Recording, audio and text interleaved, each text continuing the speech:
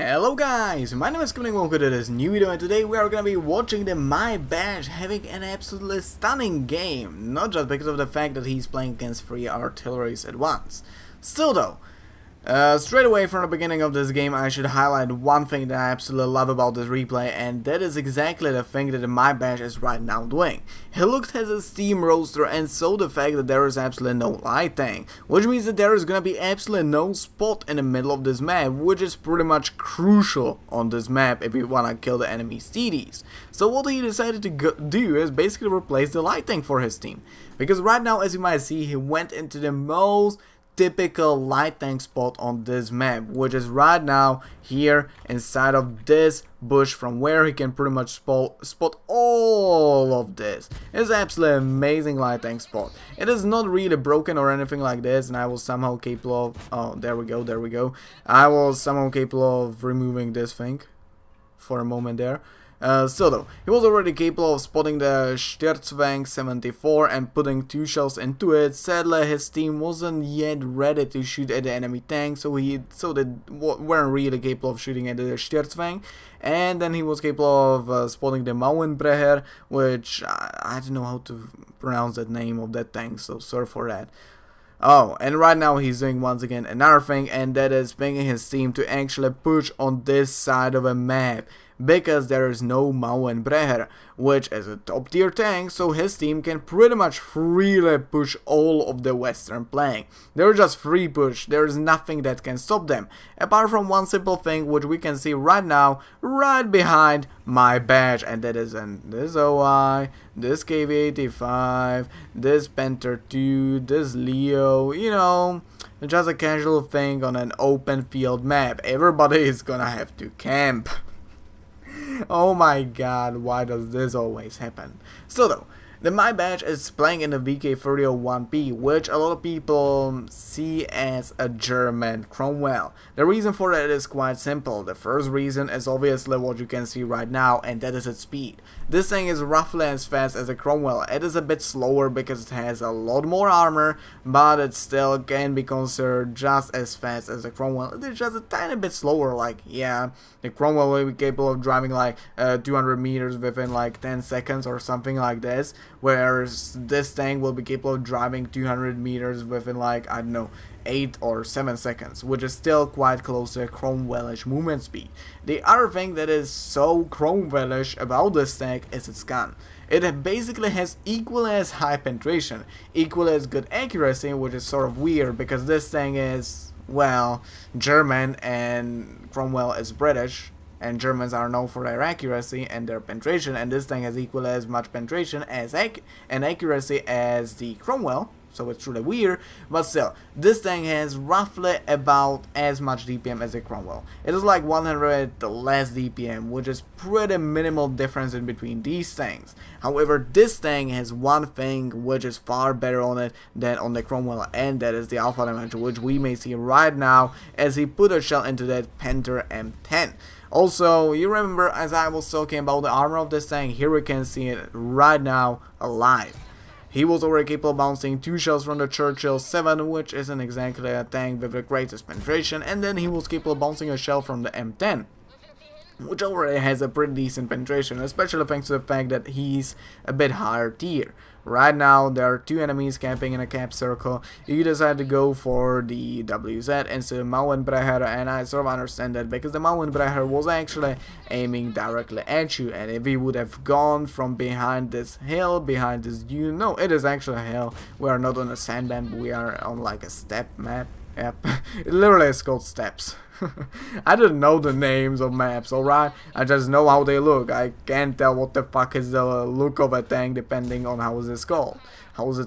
So, you were capable of putting 2 shells into the Mauenbrecher. Sadly, near one of them was capable of penetrating its tough armor. And right now we are going for an MX-CDC. 2 shells should be capable of killing it. So we decided to shoot 1 into its rear and then ram it for a kill. Also, I should highlight one thing, and that is that your team was right now losing 5 to 10 because the entirety of a western flank, which as I said was a free win unless these people weren't camping over here, it would be a free win, but since they were camping, the entirety of your western tank has lost. So you're right now losing 6 to 11, basically just because of that. And right now you see a pretty nice flat armor of the Mauenbrecher, which should be quite easy to destroy. The Mauenbrecher right now destroyed our KV-85, and as we might see, the Sturzfang 74 that you were shooting at the beginning of a game is right now coming to spot you, which isn't exactly the greatest thing around because the enemies have got free artilleries. So it isn't as dangerous to actually meet an enemy tank. It is much more dangerous to be spotted by the enemy tank at this very moment. So we need to eliminate the Sturzfang. Well, he was just destroyed by your 112. You need to kill him as fast as possible, as you basically just did, because the artilleries are gonna rain hell upon you, and that is definitely not something you want. So though, you're down to the last ally remaining, which is the 112, which isn't exactly the worst of the tanks, but it is neither the greatest. And here is another thing that I like about this replay, not exactly about what our hero is right now doing, but about what the enemy's team is right now doing. They might not seem all that coordinated, but if you will look at the map, you may truly see that the entirety of the enemy team is attacking at once. Yeah, they might not be all attacking at the same target, but I'll just tell you this. The three artilleries that the enemy team has are just carpet bombing this 112 that is soon enough going to die. Well, it actually just killed the SU-100Y. So though, on the other side, the KV-2 decided to engage the 112, and both the TDs decided to engage him.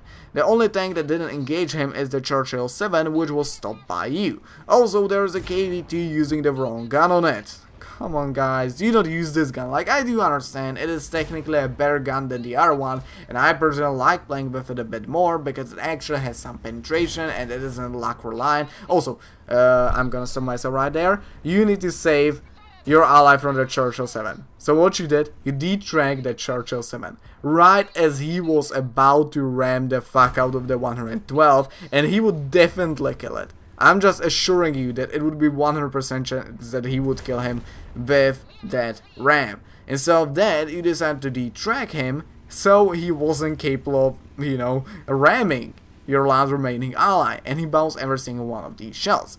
Sadly, well, the 112 was spotted by the free enemy by the Churchill 7, and despite of the fact that he was getting destroyed, so the artilleries were cropping your 112. And one of the artilleries, more precisely, I don't know which, the GW Tiger, GW Panther was actually capable of killing it. So though there's a first enemy artillery that we have got to kill in order to secure a win for your team, which is the FV304.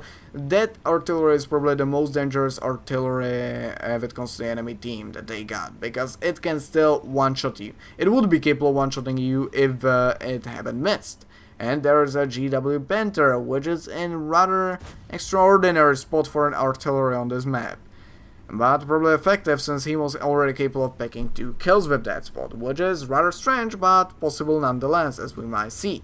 Right now you still need to kill him, and right now we have got to hope that he will be aiming at a different spot, otherwise you are dead. Oh no, he's aiming directly at you, distract him. No, he actually was capable of hitting you. Thankfully, he wasn't capable of one-shotting you because he wasn't capable of penetrating you. There we go, a second shell into him, and right now there's just one enemy tank remaining, and that is a GW Tiger, which is right now aiming at you, and unless you kill him, you're gonna be dead because it is an artillery and it's gonna kill you even with a splash, but missed. So it's gonna be a freaking G. There we go. Come on, go for that last shell. You don't even need to aim that shit.